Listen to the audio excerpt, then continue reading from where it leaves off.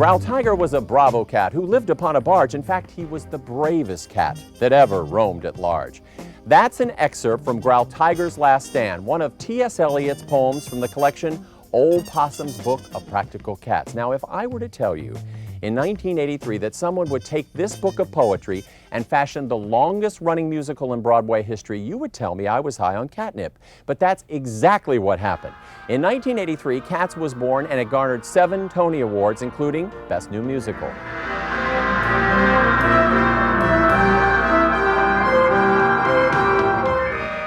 One more amazing fact, the original Bombalurina is still with the show. With over 5,000 performances under her fur, Marlena Danielle still wows them every night. Andrew Lloyd Webber and his creators knew they had something special, didn't they? I think they were innovative and they thought that this was something that was artistically interesting and that they felt good about doing. But I mean, when you look at all the interviews early on, Andrew talks about having to mortgage his house because he couldn't get the backing. People thought he was crazy talking about doing a show with singing and dancing cats. So, you know, in a way, it was kind of, you know, here goes another crazy artist's idea. But I think that there was enough belief in that, the combination of his music and T.S. Eliot's words and Trevor Nunn's direction and Gillian's choreography and John Napier's set, that there was going to be something worth watching and seeing for a while. Right, and we all say,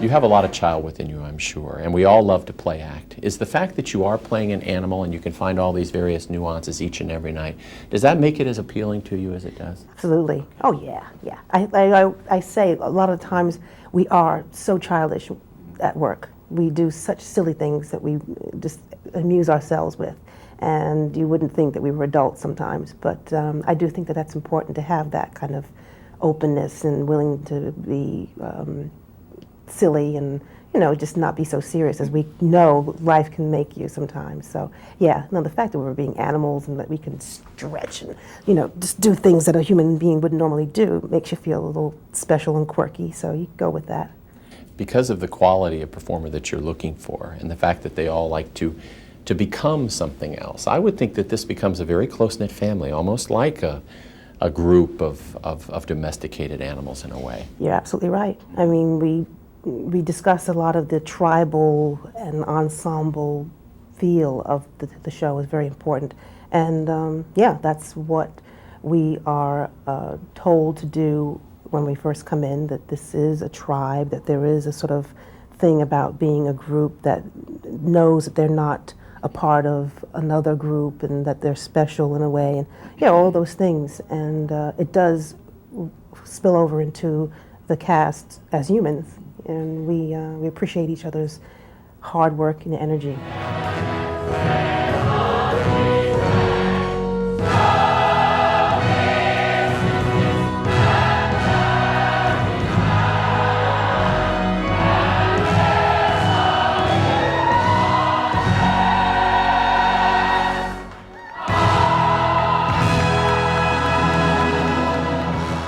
There are moments when tears come to my eyes, and it's not necessarily because someone has come to me personally and said something, but it's because that's the beauty of live theater. There are people sitting out there, you feel them, and they do respond. So it's of the moment. You'll never see that again. I mean, you can tape it, and that's wonderful, but to actually see it and feel it like it was is phenomenal.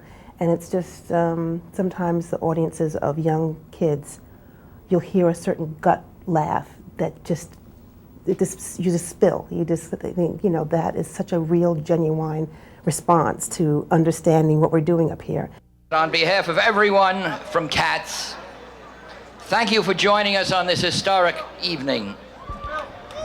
With tonight's performance, Cats is now the longest running show in the history of Broadway. It's a real gift. This show is a gift to Broadway. I think so. Yeah, it's been a gift to, I think, the Broadway community.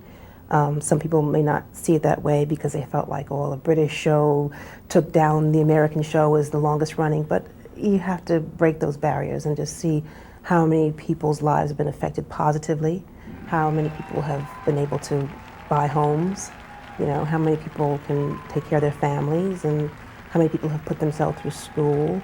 You know, there's a lot of things that it's been good for. I have one little thing here. There was one poem that was cut, you know, from this show.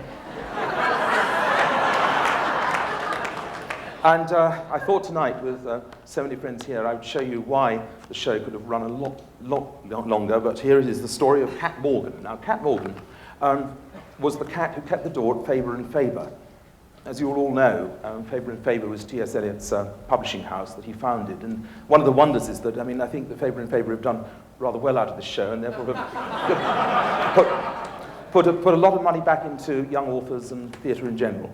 And therefore tonight, because it was Tom's poem, I think, Valerie said, slightly about himself, I think I might try and sing it. Now,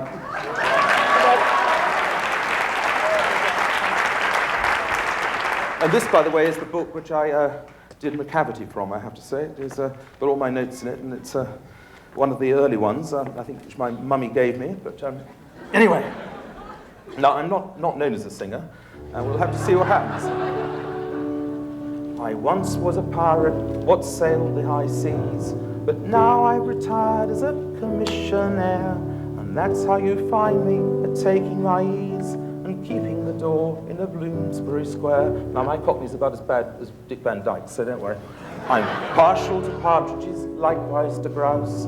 I favour that Devonshire cream in a bowl, but I'm always content with a drink on the house and a bit of cold fish when I done me patrol.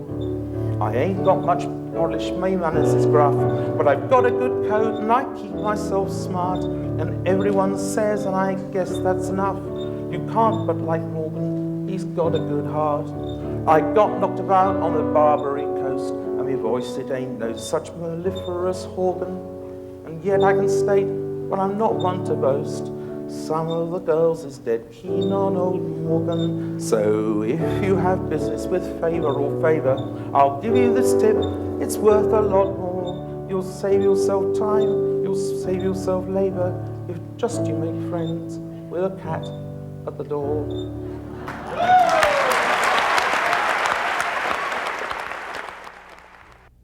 Cats and Titanic embody the full spectrum of the Broadway musical.